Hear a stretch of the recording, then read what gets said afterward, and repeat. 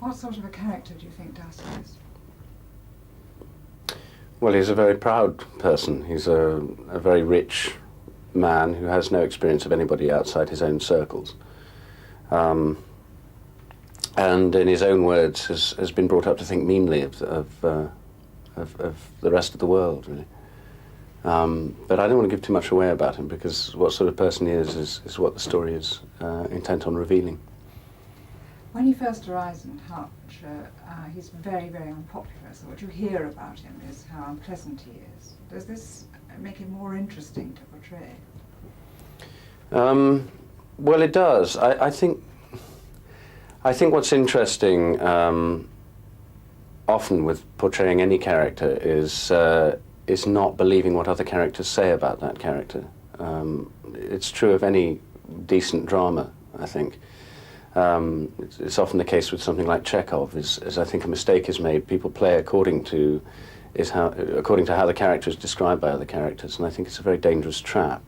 And it certainly would be a mistake with Darcy, because what is revealed through the story is a great change in himself, and B, the fact that the people are mistaken in what they say about him.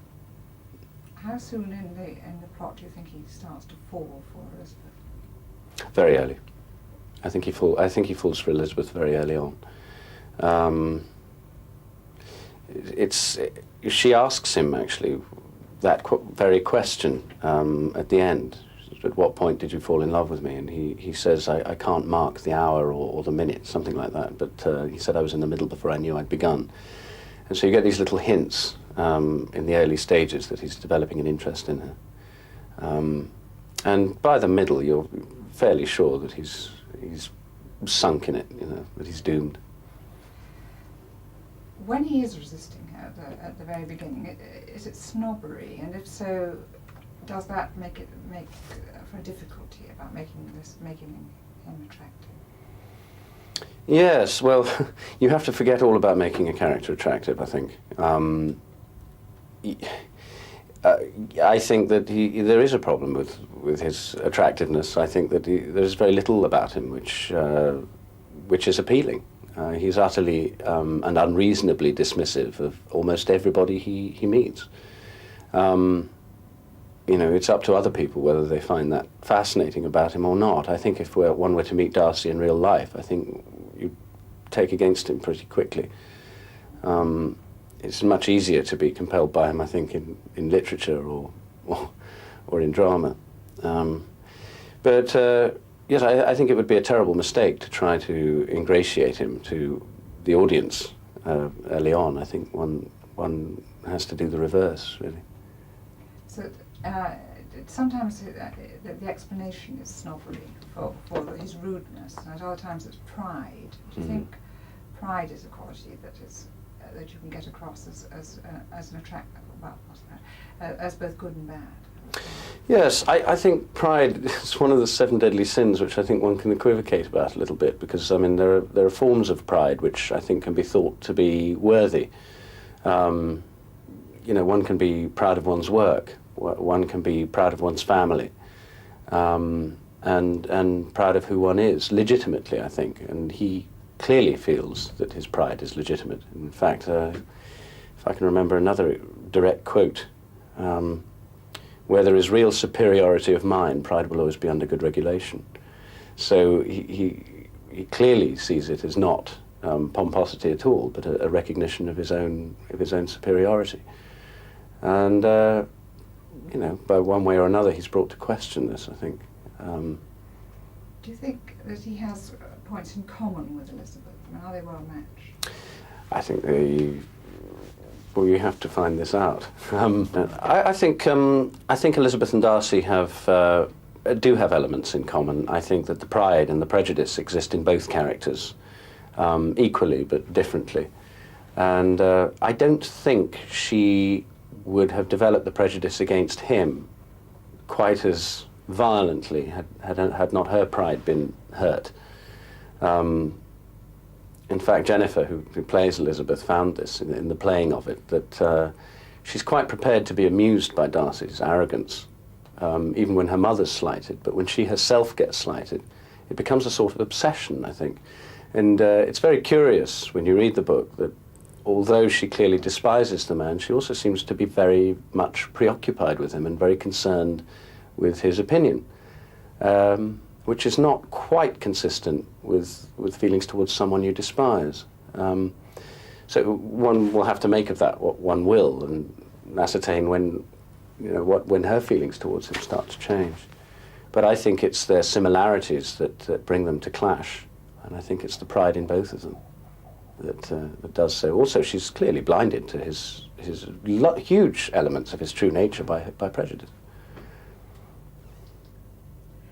How important do you think his previous relationships and old friendships turn out to be? And he's got quite a lot of friends, and we gradually find out about friendships. I mean, with Bingley and his niceness to his sister. So there are a lot of external relationships that get talked about with him. They're very important. Sorry, can you say that? Yes, his past friendships and family and connections are very significant.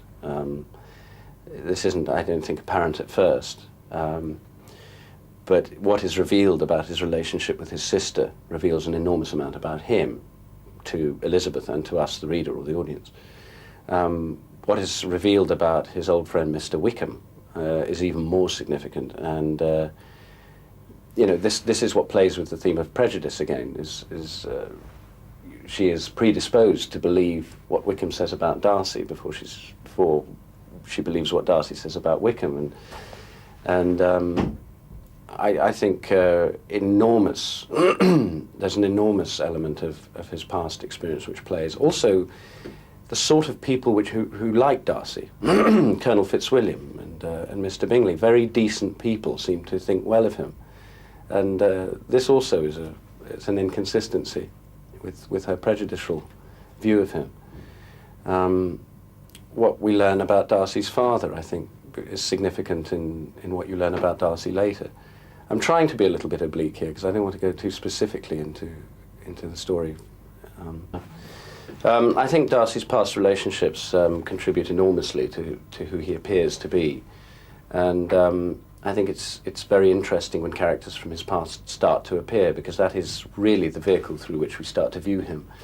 To begin with, I think a lot of the things Bingley says about Darcy don't tie in with what Elizabeth thinks about him.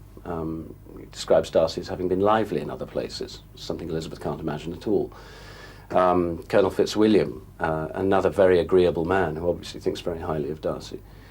She meets Mrs. Reynolds, the housekeeper, who adores him and describes him as a wonderful benefactor for the people on his estate. And the way he treats his sister is one of the most significant things of all, which is with incredible, attention and love. And it's rather interesting, actually. One or two of, I think it's in Mansfield Park. Somebody accuses brothers. Miss Crawford says brothers don't write. They one or two lines at the most. They're terrible. Whereas Darcy writes these very lengthy letters to his sister, and I think it's quite significant.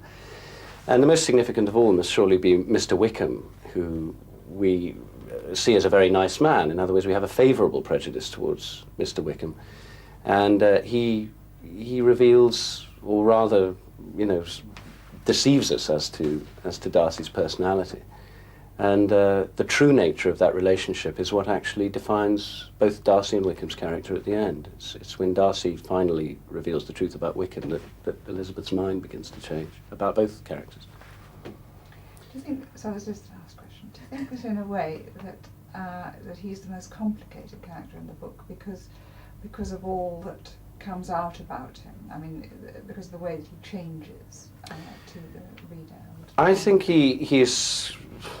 It's arguable. Yes, I think Darcy is arguably the most complicated character, but it would be hard to say that more of Darcy than of Elizabeth, I think, because she has so many different aspects and so many layers. I think she's got a giddy side and a solemn side. She's she's impertinent and cheeky, but she's also extremely sensible and judicious.